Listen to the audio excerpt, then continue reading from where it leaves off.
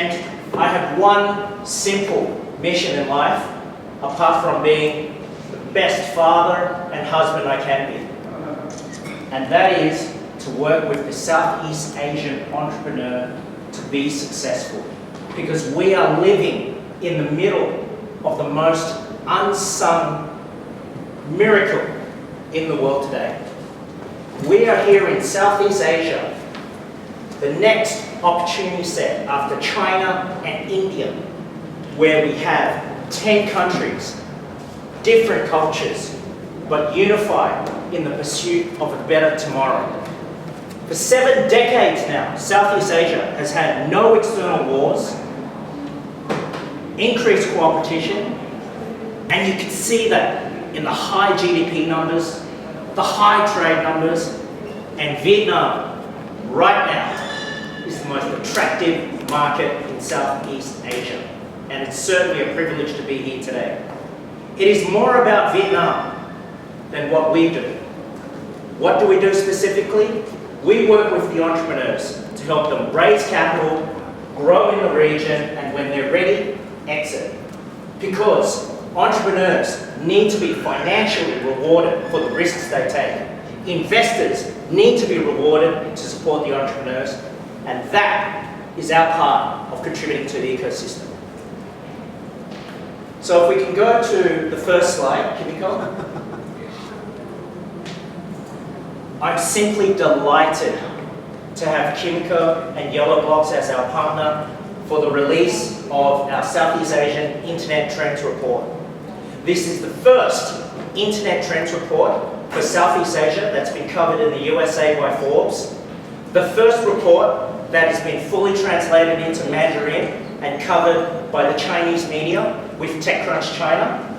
And now I'm very proud and pleased to release in conjunction with YellowBlocks the Vietnamese version, and of course what you're seeing is the English version, which is available via YellowBlocks and released to the media today. Next.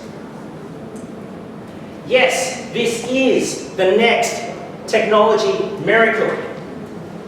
No questions asked, and it is wide open, and we are now at the right time in the right place of the 21st century.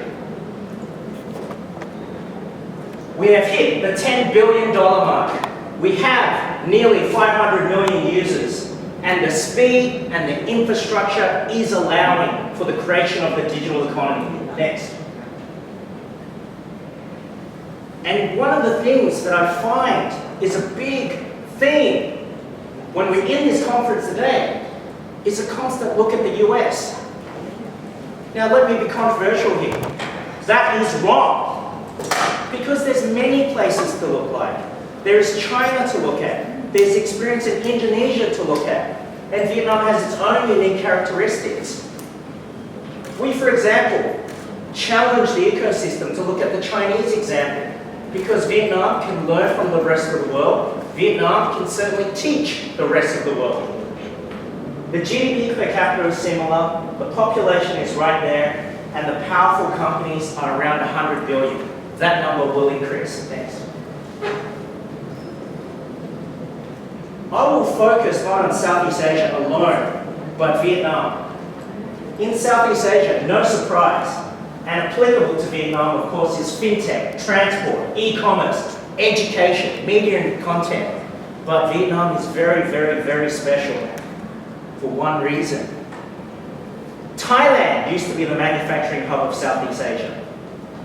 Vietnam is the new manufacturing hub for Southeast Asia. Let's call it what it is. Recent trade wars has meant that everyone stuck in the China-US trade war has had to rethink about where they will manufacture next. And Vietnam has a strong position. The other competitors are Bangladesh and Pakistan. But Vietnam has seen this wonderful transition over the last 5 to 10 years. It's not garments or shoes, it is smartphones, it is cars. And what's wonderful to see is the ecosystem adopting Industry 4.0 right away. Next.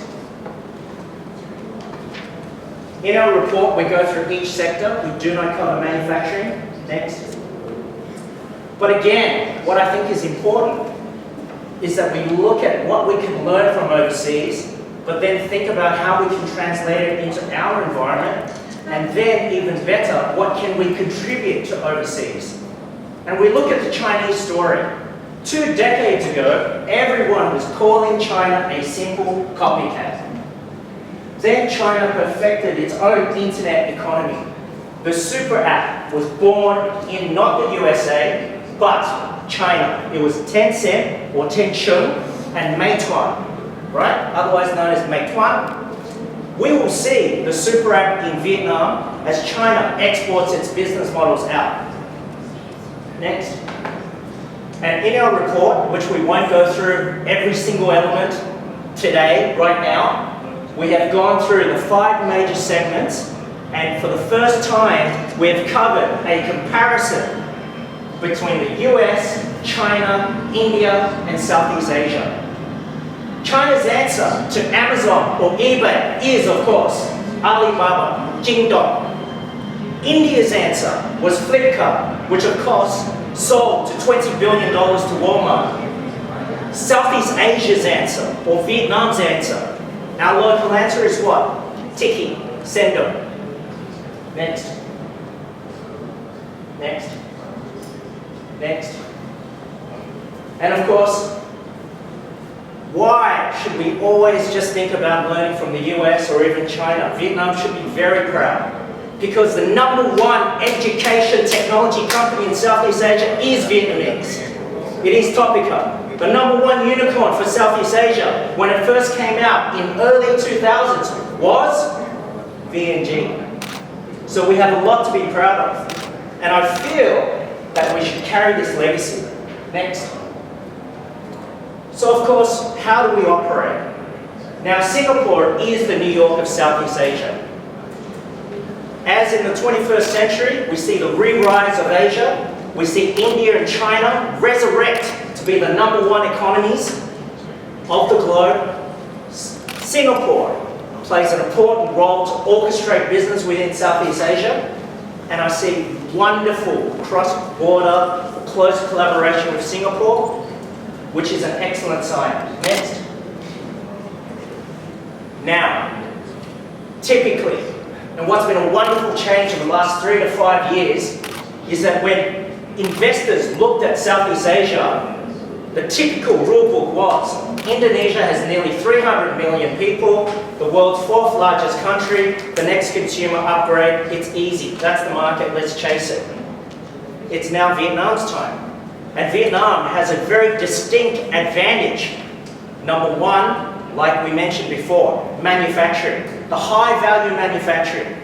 A mistake of the 21st century, of the 20th century, that was lost in America was the ability to keep high value manufacturing, because it is the creation of the middle class that creates a sustainable economy and, in the end, a happy society. Back to Vietnam. The other thing about Vietnam is that Vietnam has 2, not 1, software engineering hubs. So we have Saigon, or Ho Chi Minh City. We also have Hanoi. And the third is, on top of this, the additional advantage that Vietnam has that other countries in ASEAN do not have is this wonderful market of 100 million, hungry for a better life, under 35, and willing to get ahead. Next. So what does all this mean? Well, all this means is everything is great right now, but the challenge is to make sure that things are great, not just now, but for the medium to longer term. Vietnam has waited for this moment for a long, long, long time. How do we make it more sustainable? And I provide 2 answers here.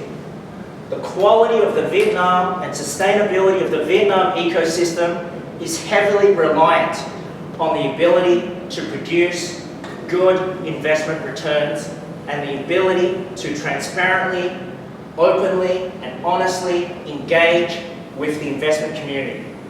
When you have that, you will have the exits. When you have the exits, you will have the entrepreneurs and investors wanting to do more.